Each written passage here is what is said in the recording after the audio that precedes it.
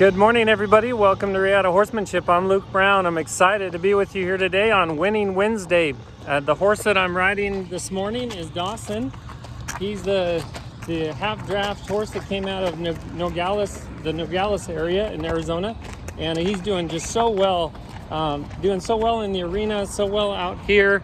We just went through a whole bunch of construction right behind me where there were big trucks and machinery putting pavement down, and he walked right through it like it was nothing. So I'm really almost surprised and very pleased with how well he's doing in the last just week and a half.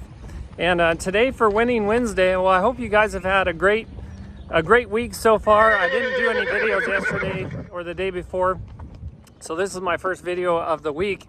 I wanted to just mention that I went to the Rick Budoc Down Under Horsemanship Clinic last weekend, Friday, Saturday, and Sunday at P&M Arena. And what a wonderful clinic, what a wonderful trainer and wonderful clinician. And his wife, Karen, is an amazing person, and their kids and grandkids. I got to meet them and socialize with them, and also learn a whole bunch more, and added to my repertoire as a trainer and a clinician and horseman at Reata Horsemanship. So I if you guys, Rick Budoc, he's an excellent clinician, and if you ever have an opportunity to go and audit or go attend one of his clinics, I'd recommend doing that, because he's really a great trainer. And one of the, a lot of people are afraid to say what they really mean. They're afraid to tell the truth. And Rick is one of those guys that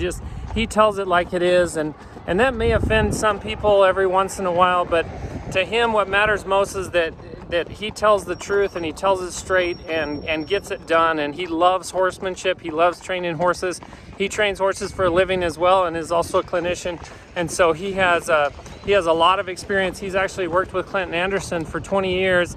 And done a whole bunch of stuff with Clinton Anderson, including going and filming the Outback Adventures series in Australia with the horse training of the Brumby out in Australia. So that what a cool experience it was to meet him and his wife and family, and to learn from him and his horsemanship skills.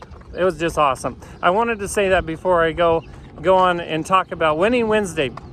And for Winning Wednesday, what I've been listening again for the second time. So I listened to it last week. I'm listening to it again this week.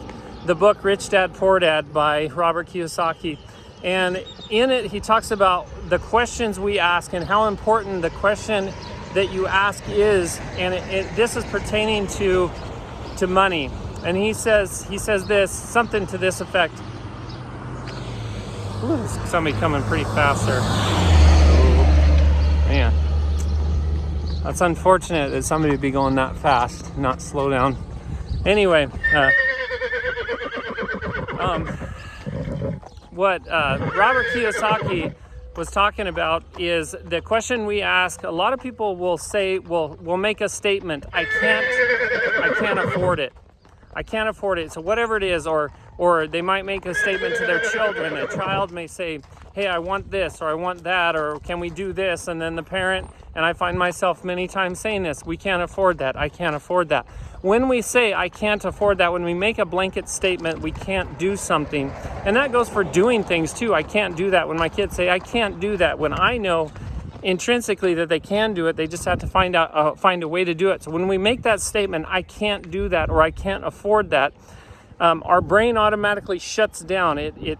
We're wired, our brain is wired to shut down and stop looking for an answer when we say, I can't do that. So we just resign to the fact that we can't do that. And what we prophesy, what we preach, what we say becomes our reality. So when I say I can't afford that, I certainly cannot afford that, because I've stated I can't afford that. And my mind shuts down to any possibilities around affording it. But on the other hand, when we ask the question, how can I afford that?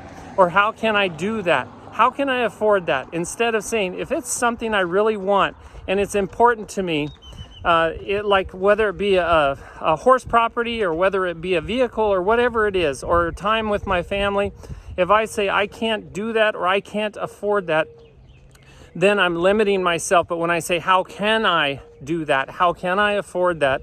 then my mind begins working. It begins the process of working subconsciously and consciously to finding the answers out there. And the answers are always out there. The answers to our problems, to our financial problems, or any other problems that we have are always out there if we ask the correct question, and that is, how can I?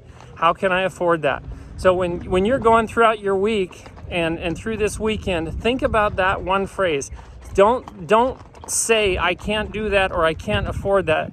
Ask, how can I do that? How can I afford that?